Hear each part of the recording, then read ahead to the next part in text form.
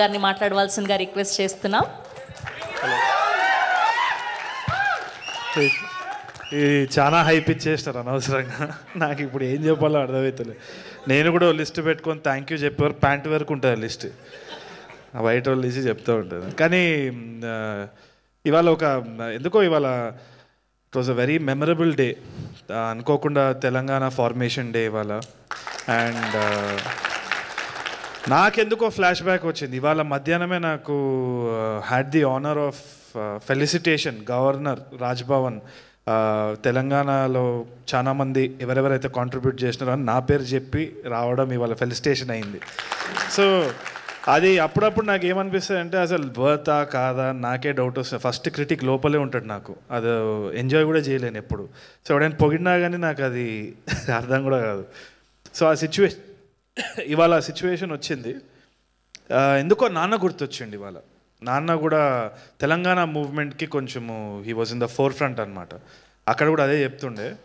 So Osmania university student union leaders అందరు ఆ టైంలో ర్యాలీ అప్ చేసేటప్పుడు వాళ్ళ స్పీచ్లు రాయడము, ఇంటికి పోయినప్పుడల్లా ఆయనను చూస్తుండే. ఆయన వచ్చేసి నాకేమో అర్థం కాదు, ఉద్యమం దేనికోసం ఎందుకు, భాషనే కదా దాంట్లో ఏమున్నది, నాకు అంత పాలిటిక్స్ గురించి అంత ఐడియా అవగాహన లేదు. సో ఆ టైంలో నేను పోయినప్పుడల్లా నాన్న ఇట్లా పైన కింద చూసి ఈడో వేసిన కొడుకు అన్నట్టే చూసేటోడు. అప్పుడు నన్ను తిట్టే పదం బద్మాషే. ఈడు బద్మాషీడు, వీడు అసలు ఏం చేస్తాడో ఏమో, ఏమేం చేయరా ఇట్లా కాంట్రిబ్యూట్ చేయి, తెలంగాణ మూవ్మెంట్కి ఇట్లా కాంట్రిబ్యూట్ చేయి అంటే నాకు అసలు అవ్వకపోతుండే. అండ్ క్రిషాంక్ మన్నే ఆ టైంలో ఓయూజీఏసీ ప్రెసిడెంట్, ఆయన వచ్చి కూర్చొని డిస్కషన్స్ అవన్నీ అవుతున్నప్పుడు నేను అసలు ఈయనకి మంచి కొడుకులాగా ఎట్లా ప్రూవ్ చేసుకోవాలని అనుకునేటువంటి గివప్ చేసేసిన ఆఖరికి. ఎందుకంటే నాకు సినిమాలు అంటే ఇంట్రెస్ట్, ఈయనకేమో నచ్చదు. నాన్న తెలంగాణ ఫార్మేషన్ అయింది. అయిపోయిన తర్వాత పెళ్లి చూపులు రాసేటప్పుడు ఏమైందంటే చాలా ఆల్రెడీ ఆయన హార్ట్ కొంచెం ఇష్యూ ఉండే. సో దగ్గుతుండే, కాళ్ళు వాసిపోయినాయి. సో డాక్టర్స్ వచ్చి ఇన్నే కొన్ని నెలలు అని చెప్పేసి అంటున్నారు. ఆ టైంలో నేను రాత్రిపూట స్క్రిప్ట్ పెట్టుకొని రాసేటోడిని. దర్శివి డైలాగ్స్ రాసేటోడిని, రీతుది విజయ్ది కామెడీ రామ్ కామ్ రాస్తున్నా. ఇంట్లో ఏమో వేరే సిచ్యువేషన్.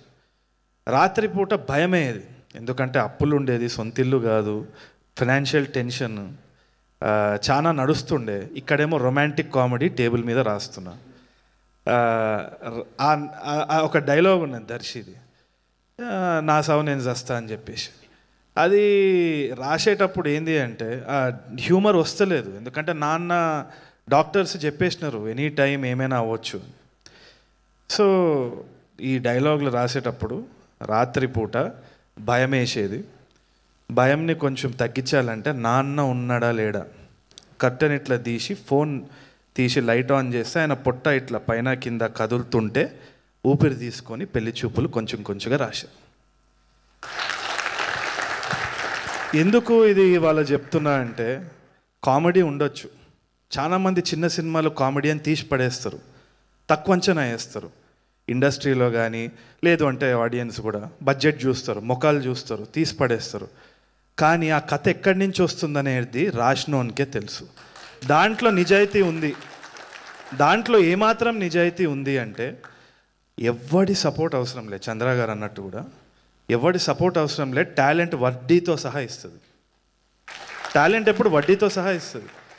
సో అది నేను గట్టిగా నమ్ముతున్నా. కాబట్టి మీరు థ్యాంక్ యూ అన్న పెద్ద లిస్ట్ ఎవరికి చెప్పాల్సిన అవసరం లేదు. థ్యాంక్ యూ చెప్పనీకి ఆయన ఉంటారు, ఆయనకి చెప్పుకోవాలి మనం తర్వాత కరెక్ట్ టైం వచ్చినప్పుడు చెప్పుకుంటాం అంతే.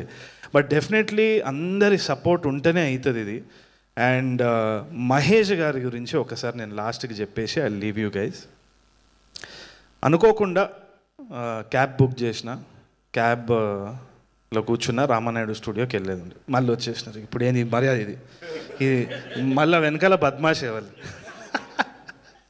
లేలే, I keep teasing him most of the time. ఆయన క్యాబ్లో హీ వాజ్ డ్రైవింగ్ అరౌండ్. అప్పుడు ఈయన సినిమా గురించే మాట్లాడుతున్నాడు. ఎంత ధైర్యంగా అంటే ఏం సినిమాలు చూస్తున్నారు, ఎంత టాకటివ్ అంటే క్యాబ్లో కూడా నేను అసలు ఏమైనా మాట్లాడదామంటే మాట్లాడలే. ఈయననే టాపిక్, ఏం సినిమాలు చూసినారు ఏంది అంటే నేను అడిగినా మీకేం నచ్చింది అంటే పెళ్లి చూపులని ఒక సినిమా వచ్చింది చూసినారా అని నేను నన్ను అడుగుతుండు. ఏమున్నది ఆ సినిమాలో? మేకప్ లేదు, సాంగ్ లేదు, ఫైట్ లేదు, ఎందుకు చూస్తారు అంటే ఇట్లా నడుపుకుంటూ వెనకాల తిరిగి నీ ఏజ్ ఎంత, నువ్వు ఇట్లాంటి సినిమాలు చూడకుండా ఏం మాట్లాడుతున్నాను అని నన్ను తిడుతున్నాడు. ఫుల్ చాలా తిట్టిండు, పెద్ద వాదన అయింది. అయితే ఇది చూడాలి, ఇట్లాంటి సినిమాలు చూడాలి, నువ్వేంది అట్లా సపోర్ట్ చేస్తావు, అది ఇది అని పెద్ద వాదన. మెల్లగా రామానాయుడు స్టూడియో గేట్ ఓపెన్ అయింది. మళ్ళీ మా ఆఫీస్ దగ్గర పోయినారు. ఎవరు మీరు అంటున్నారు. నువ్వు అన్నావు కదా పెళ్లి చూపుల సినిమా అని, ఆ పాడు సినిమా తీసింది నేనే అని అంటే, సార్ నేను యాక్టర్ అదే అంటే ఆడిషన్ ఉన్నదిరా అని ఆడిషన్కి వచ్చిండు. వాస్తవానికి ఆడిషన్ చేసినప్పుడు కూడా ఇదో పరిచయం అయిందని కూడా గుర్తులేదు. అంత అద్భుతంగా ఆయన పర్ఫామ్ చేసినాడు కాబట్టే ఆయనకు ఆ రోల్ వచ్చింది. అంతగా తప్పితే ఎవరో నేనేదో హెల్ప్ చేసిన ఇదేం కాదు, అది మీ సత్తా మీద మీకు వచ్చింది. ఎప్పుడు అది నమ్మకం పెట్టుకోవాలి. మహేష్ గారిని మానిటర్లో చూసేటప్పుడు ప్రతిసారి అసలు ఆ చిన్న చిన్న రియాక్షన్స్, అందరు అన్నట్టు చిన్న చిన్న రియాక్షన్స్, ఆ కంటిన్యూటీ కూడా, అవన్నీ కూడా ఎంత న్యూయాన్స్డ్గా చేస్తుండంటే ప్రతి సినిమాకి పెరుగుతూ వస్తున్నారు. సో తప్పకుండా మీరు హీరో అయినా విలన్ అయినా ఏ పాత్ర అయినా కానీ జీవితాంతం అసలు సినిమాకి ఒక సర్వీస్లా చేస్తూ ఉండాలనేసి నేను మనస్ఫూర్తిగా కోరుకుంటున్నా. అండ్ అంత తప్పితే ఏంలే. And I think Badmashulu definitely hit అవుతుంది. 6th June ఎవ్రీబడి చూడండి. చూసిన తర్వాత మంచిగా ఉందంటే thank you Mahesh, thank you so much అని #, పెట్టండి. దాని అన్నిటికీ మీరు కూడా రిప్లై ఇవ్వాలి. థ్యాంక్ యూ అండి, థ్యాంక్ యూ సో మచ్ అని. ప్రతి ట్వీట్కి మీరు రిప్లై ఇవ్వాలి. ఓకేనా? ఇదే అండి మీడియా, గుర్తుపెట్టుకోండి. మీడియా ముందు ప్రామిస్ చేసిండు, మీరు సినిమా చూసి టికెట్ కొని మీరు రివ్యూ రాస్తే ప్రతి ఒక్కరికి పేరు పేరున థ్యాంక్ యూ సో మచ్ అని అంటారు.